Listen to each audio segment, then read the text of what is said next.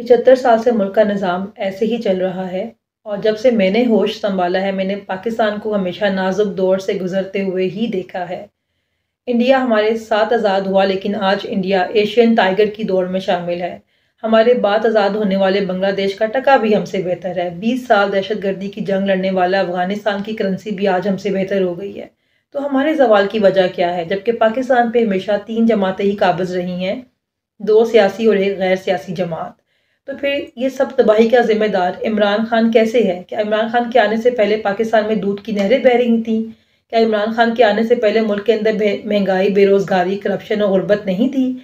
हमेशा अवाम के नाम पर कर्ज़े लिए जाते रहे और अवाम के टैक्स में और इनकी जायदादों में इज़ाफ़ा होता गया। पाकिस्तान की अवाम गरीब और इनके ख़ानदान और इनके बच्चे अमीर होते गए। क्या कभी आपने ये सवाल किया कि पाकिस्तान तरक्की पज़ीर होता गया और इनके बच्चे जो है वो अरूज पाते गए? क्यों? क्या आप कभी ये सवाल करते हैं कि सिंध के ऊपर हमेशा से भुट्टो ख़ानदान की हुकूमत रही है, लेकिन आज सिंध सबसे ज़्यादा तरक्की पज़ीर सूबा है, उसकी क्या वजह है?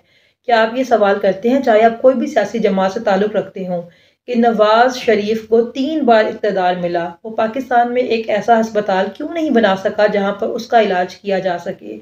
इन सब के बच्चे आला तालीम हासिल करने के लिए बिरून मुल्क क्यों जाते हैं?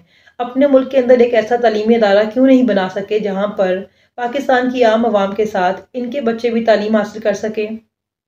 क्या आप ये सवाल करते हैं कि जो बड़े ओहदों पे बैठे हुए लोग हैं, अगर वो इतने ही मुहिब वतन पाकिस्तानी हैं, तो वो अपने ओहदों से रिटायरमेंट के बाद मुल्क से बाहर क्यों चले जाते हैं? उनकी जायदादें, उनके कारोबार, उनके बच्चे बाहर के मुल्कों के अंदर क्यों होते हैं? हमारा जीना मरना पाकिस्तान के लिए है।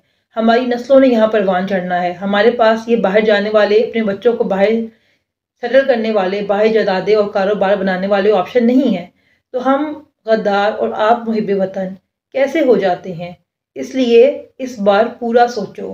बिरयानी की प्लेट के ऊपर चंद रुपयों के पीछे सड़कों और गलियों के वादों के लिए अपना वोट ज़ाया मत करो। आपका वोट आपकी ताकत है और कौम की अमानत है। इसको सोच समझ के इस्तेमाल करो। अपने मुस्तकबिल का सोचो, अपना हक इस्तेमाल करो, क्योंकि ये निज़ाम सिर्फ आप बदल सकते हैं। ये निज़ाम बदलने की ताकत सिर्फ आपके पास है और ये निज़ाम तब बदलेगा जब आप बदलेंगे। इसलिए अपने इलेक्शन की तैयारी करें और अपने वोट का सही इस्तेमाल करें। पाकिस्तान जिंदाबाद।